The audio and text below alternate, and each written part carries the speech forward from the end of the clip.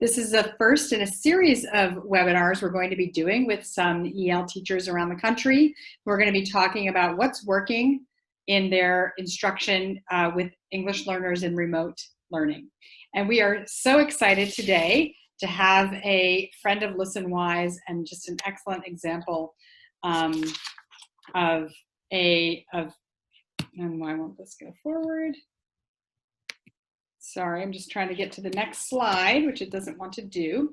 But I'll introduce you without the slide because you can all see us right here on the video anyway.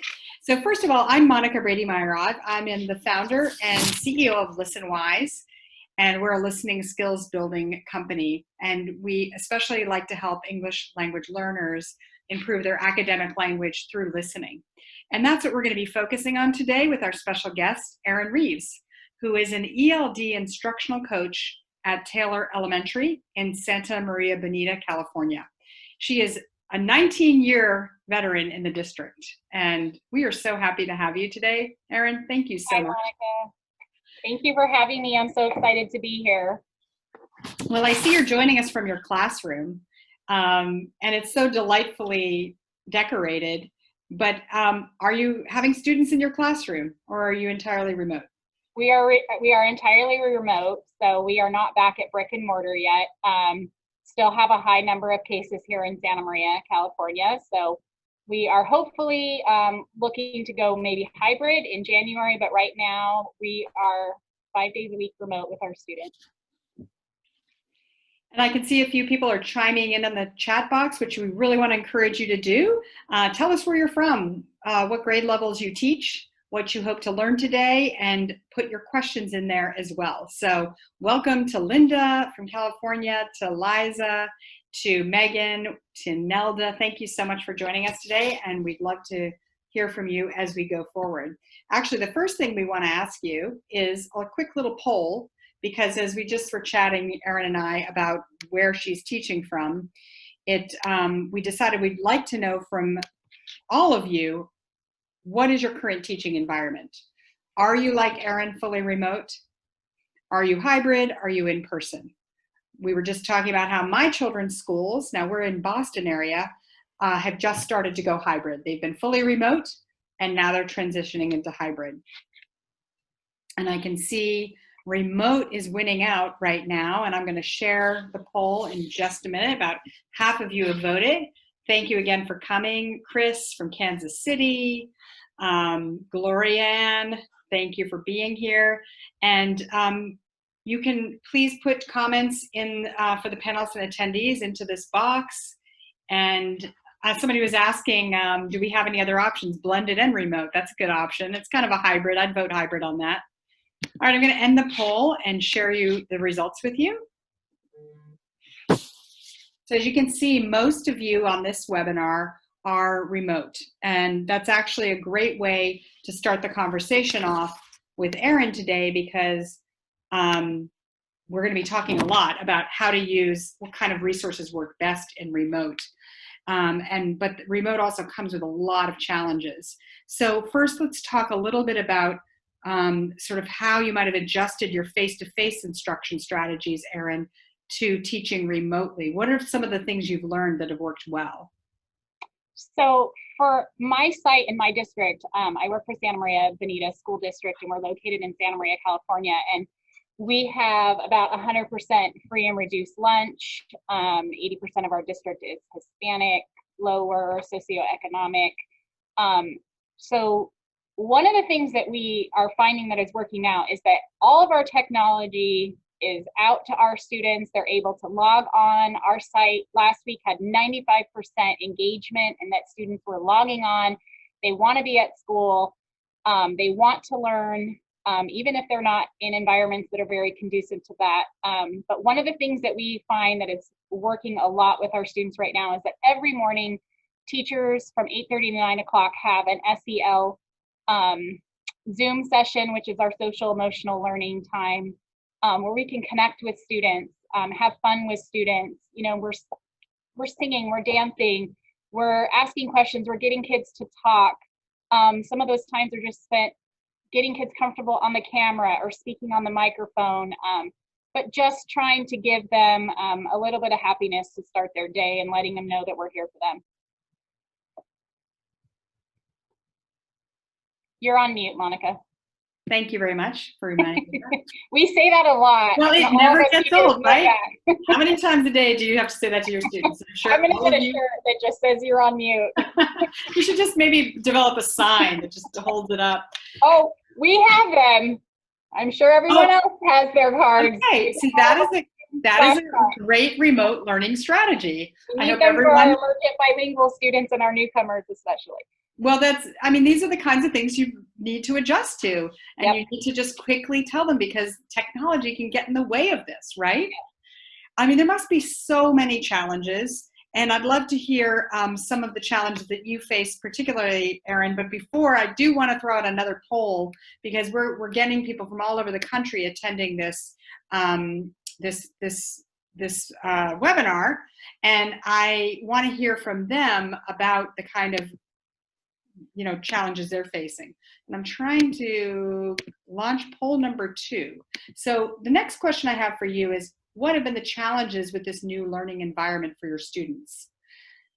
So let's just go over these while people are voting. Erin, we've got different learning environments for each student, right? Meaning could be a home environment, it could be physical, it could be the fact that they have to take care of multiple siblings or one sibling. They might have limited access to technology or bandwidth. You have to think about the fact that when people were taking surveys of what kind of hardware students had, often they'd say, do you have a computer at home? And they'd say, oh, yes. But if your mom and your dad and your siblings are all at home trying to work on the same computer, it might not work out. Lack of family support. You're in an area where I'm sure there are a lot of 2-parent working households. They have other responsibilities. Lack of engagement. Actually might have even needed to put one more, which is all of the above. Yes. While you're continuing to vote, Erin, I'd love to hear some of the challenges you've experienced with your students. Yes, so like I was sharing with you and Chelsea earlier, at the beginning of COVID in March in California, a lot of our challenges were just the technology piece, just making sure that our students had internet, they had Chromebooks. Luckily, we were already a one-to-one technology district, so we had the Chromebooks to get out to students. We just didn't have the internet capabilities for them. And what was happening in California, which was so crazy to us, is that they started to give out free internet. But I'm sure, like most of you, we have multiple family homes. We have students that are renting, or a family that's renting one room, and they might all 5 live in a bedroom. I had a student once tell me, I said, well, can you move to the living room and see if the signal gets better? And she was a 6th grader, and she said to me, we don't pay enough rent to use the living room. So she, in March, she was sitting in her room with her 3 other siblings, and they're all trying to get on the internet, and it wasn't working. And what was happening was they would only give one internet connection to a house, like Xfinity would only do that. So if somebody in that house already got Xfinity, someone that was renting a room couldn't get it. So a lot of it was just the technology piece. Now that we are past that, what we are finding is that our students are left on their own a lot. They don't have an adult at home to help them, and they really don't have a lot of the skills of being self-directed in their learning. As many of you know, a lot of our students, not just our emergent bilinguals, they tend to have learned helplessness, and we do that, and we're all guilty of it in our own classrooms. But all of the structure that we have in place during brick and mortar, that we create, that creates that security for our students, especially our emergent bilinguals, that goes out the door. We're creating new routines, and we're creating a new environment for the students to learn. And one of the things that I think is just getting them excited. As teachers, we're so stressed out, but we have to kind of put on that face when we come into our Zoom, and we have to let kids know that we're happy to see them, and that we're here for them. We are trying to follow strict pacing guides, like I'm sure everyone else is. We're trying to use all the core. We're trying to implement all the technology. I cannot tell you, I went to more trainings in the first 2 weeks of school than I have in the 19 years previous, I think. And as teachers, we're all at a different comfort zone with technology. So what's been working most for us, for our emergent bilinguals, is, like I said, we have a small group time for our kids to engage with them. We have that SEL, that social emotional time. And really, we've been trying to focus our learning around thematic units and really helping our students make that connection, getting them to use their language, their academic language, finding ways for them to be able to communicate, whether it's through the chat or Google Classroom or in Zoom breakout rooms, but getting them talking.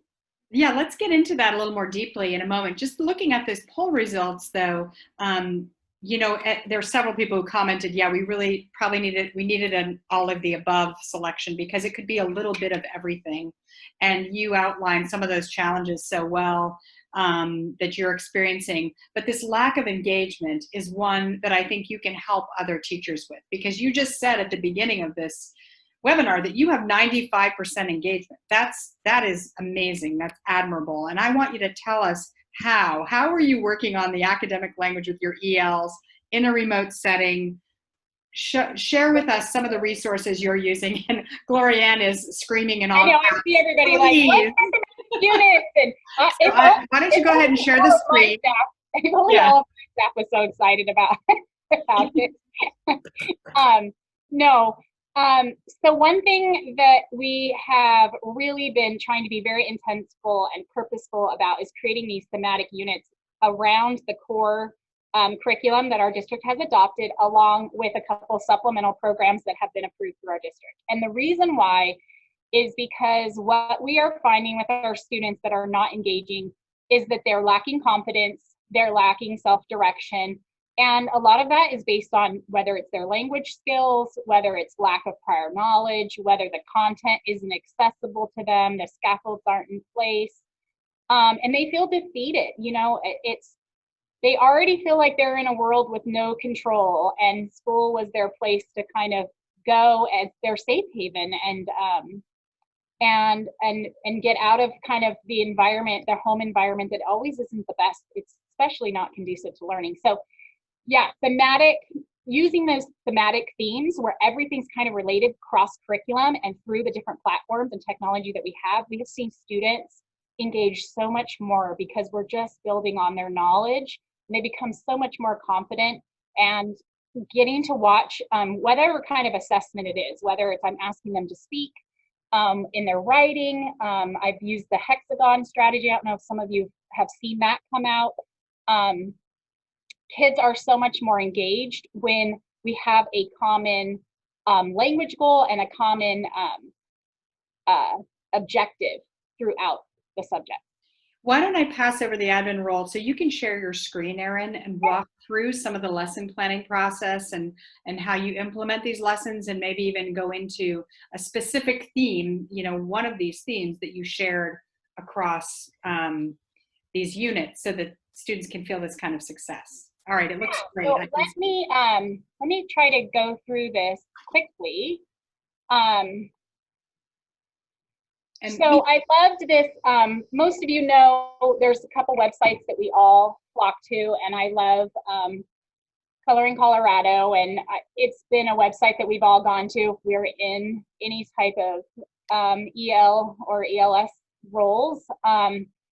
So we know the benefits of the thematic units is that when we teach as teachers thematically, we offer a natural way for ELD instruction, and we get to build on students' prior knowledge, and we get to incorporate oral and written language. It builds a natural scaffold for student learning. It gauges students in the learning. It uses cooperative learning. Thematic teaching allows the teacher to focus on individual needs within the classroom, but we're also, while offering an in-depth study of one concept area around the language and vocabulary that surrounds it. So we all know that designated ELD is very important, and we put a lot of emphasis on that, and we do in our district too, because that is, we have to be compliant. But as teachers, we all know that the success of the student really is about the integrated ELD, and we need to be doing it all day. And that is around the language of that subject and the vocabulary of that subject, because it's not that our students don't know, they don't have the language in that area. So something that we constantly ask ourselves, and I ask my team and our district, is if we know that all the data shows us that our emergent bilingual students must have access to the core curriculum. We should not be pulling them from core classes. We have to give them exposure to the core no matter what their language abilities are. We know they have to have that in order to become successful bilingual students. What are we doing to facilitate that? How are we making it accessible for them? How are we wanting them to engage? We have to plan intentional and purposeful designated and integrated ELD with multiple opportunities for students to practice academic language. And I will tell you what I see is that students are so much more willing to practice academic language, be brave and use that academic language when you are using thematic units and that same language is used across cross-curricular areas. So what do we do in our district? How do we put it all together? So our core ELA program in our K through 5 is Benchmark Advanced. In 6 through 8, we have Study Sync. We use Twig Science and Amplify Science. We use Savvis for our history. And I was telling Monica and Chelsea that we have approval for supplemental programs for Listenwise and Achieve. This year, we had a new assistant superintendent and a lot of new people in our admin buildings that were saying we have too many supplemental programs. Oh my gosh, we have all these supplemental programs, and they kind of took them all away. And we had to basically apply to use supplemental programs. And I was like, please don't take away Achieve and Listenwise. It's so integral to our students' success in using those thematic units. So yeah, and Erin, I'm wondering, as you're doing these thematic units, I'm wondering, how do you decide what's synchronous and what's asynchronous? Good question. So on Mondays, the way our schedule is set up in our district is Monday, we do our 8:30 to 9 SEL in the morning with kids. Then the rest of the day is professional learning, office hours. So all the work is asynchronous for students. Then Tuesday through Friday, we have all synchronous work.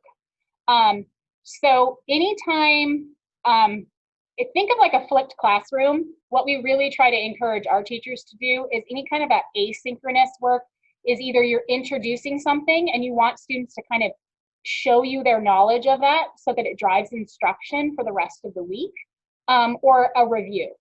So that's kind of how we're building. And then the nice thing about a thematic unit is that you're not introducing new things all the time. Research shows us that our emergent bilingual students, it is very hard for them to try to learn new content and new language at the same time. So when we introduce a language skill, we want to use it with content that they're familiar with, right?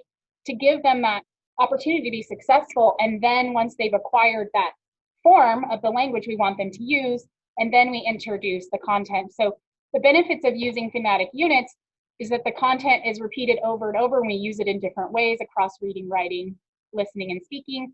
And that's kind of where Listenwise comes in. There's so many great things that we can use with that. But so here's something really quickly. So here's our Benchmark Advanced. This is a 3rd grade unit. And you can look right here as I work with my team and my teachers. We're always thinking, what kind of language skills do my emergent bilingual students need for this unit? We always consider our cognates and translanguaging strategies.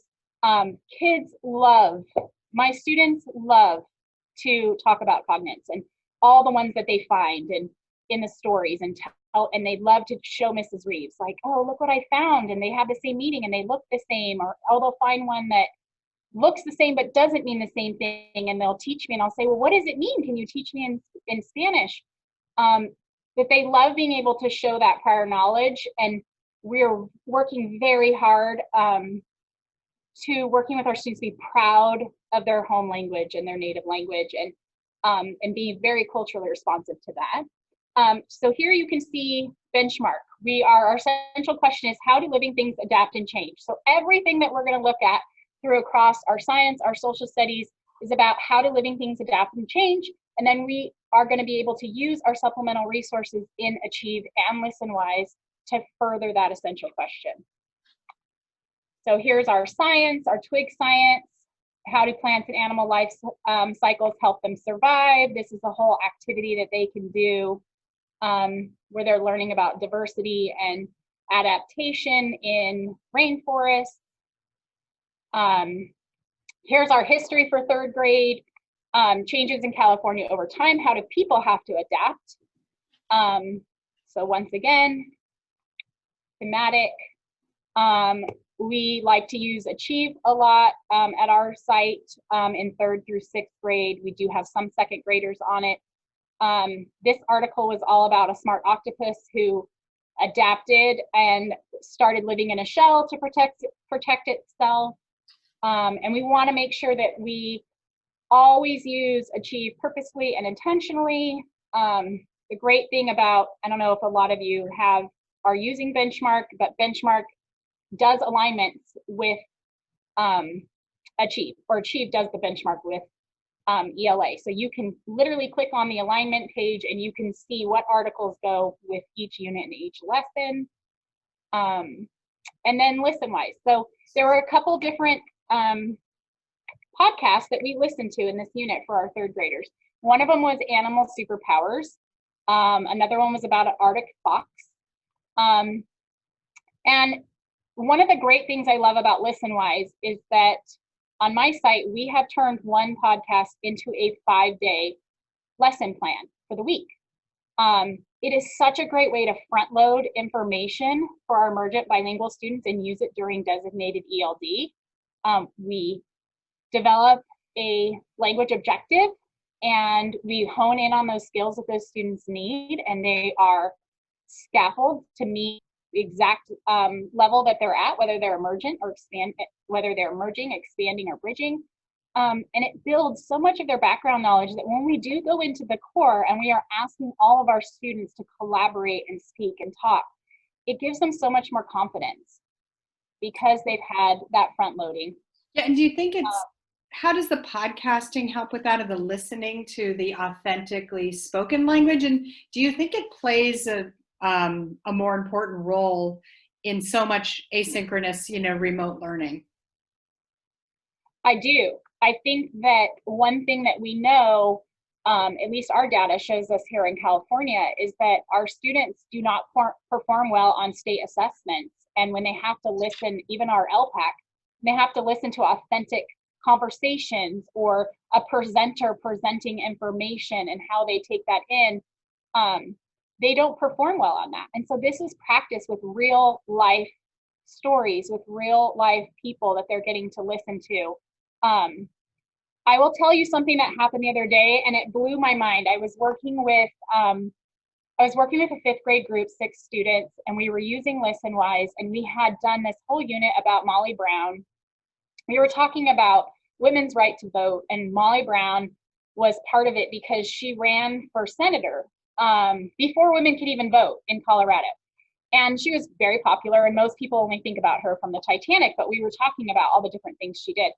And one of the Listenwise podcasts that we listened to was on NPR, and it was about the 19th Amendment, and they were celebrating the 19th Amendment. And the original, the interviewer had a woman on, and he was talking to her, and he said, the 19th Amendment is the 100th anniversary of when we granted women the right to vote.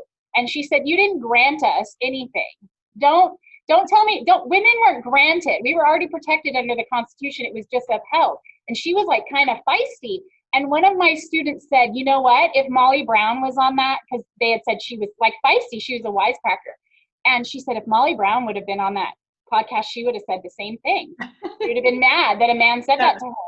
That's great. Yeah, they were in. Yeah, I'm so impressed that they understood that and caught that and like had that. I was so impressed.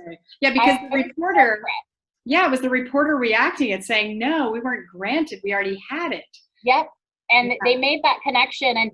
And for me as a teacher, we're always trying to figure out how to assess what our kids are learning and what are they understanding those essential questions and those standards. I thought it was really awesome that she made that connection. That's amazing. What a great story. So one of the other things that I love about Listenwise for our emergent bilingual students is all of the scaffolding supports and resources that are already embedded. So I loved the closed captions. I love that they can follow along on transcripts, which we do close reads with transcripts all the time with our students. I love the additional material like the videos or the graphics or the paired text to make those connections. I love that we can customize questions because as we're doing our thematic unit, we can add our own questions, but seeing if they are making those connections across curriculum. And then of course, the graphic organizers, and here at our site, we also use them for small group instruction with our struggling students.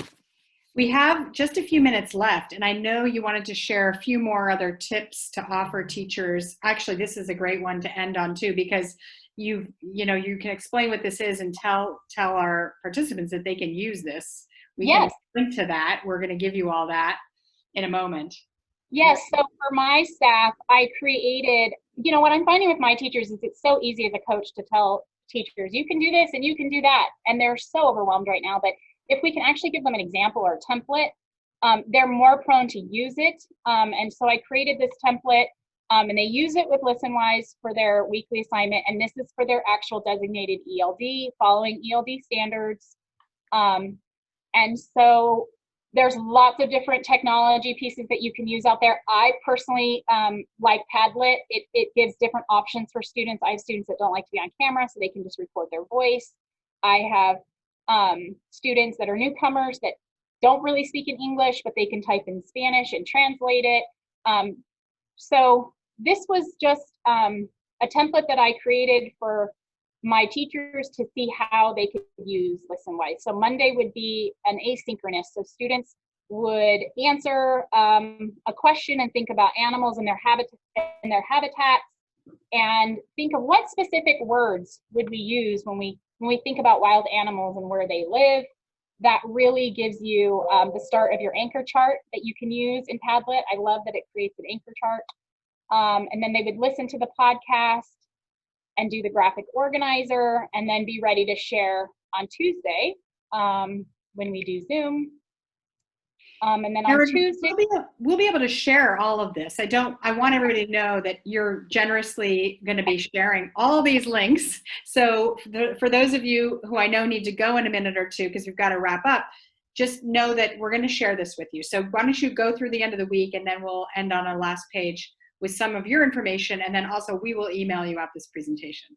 Okay, sounds good. Then on Tuesday, we talk about the podcast. The podcast was the ideas about how the Arctic fox camouflages to survive in its habitat. So it's all back to that, how animals adapt or how living things adapt.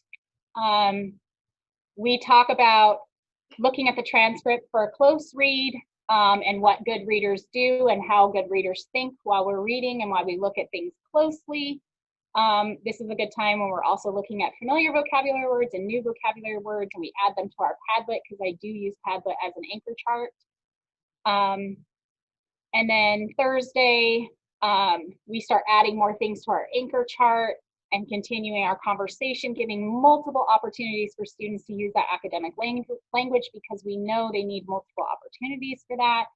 Then on Friday is when we work on our writing, and really knowing what students have learned and being able to use that anchor chart to help them with their writing. So that's just an example.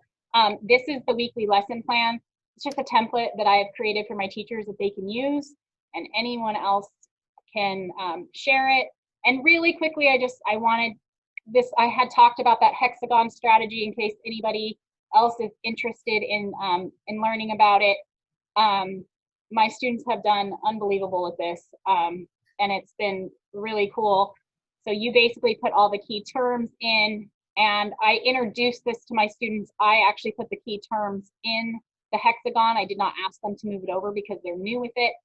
But I asked them, working in a group, to make the connection between the hexagons and put number 1, number 2, number 3. I asked them to make 5 connections, and then they had to write about why those hexagons connected. So this was my assessment for that unit, and And so I was really looking to see, what they had learned. That's amazing. So many. I mean, I'm so impressed that you take what is a 4-minute podcast from Listenwise and you spend 5 days going deep on it. And that just shows the power of it.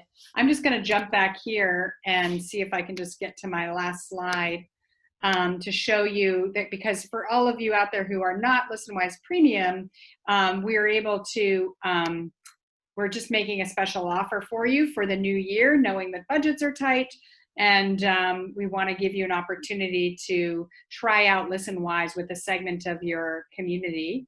And unfortunately, my my Google Slides are not producing the slide I want to show you. But I will tell you that we're basically offering Listenwise at about a 50% off discount for you to use starting in January for the rest of the year.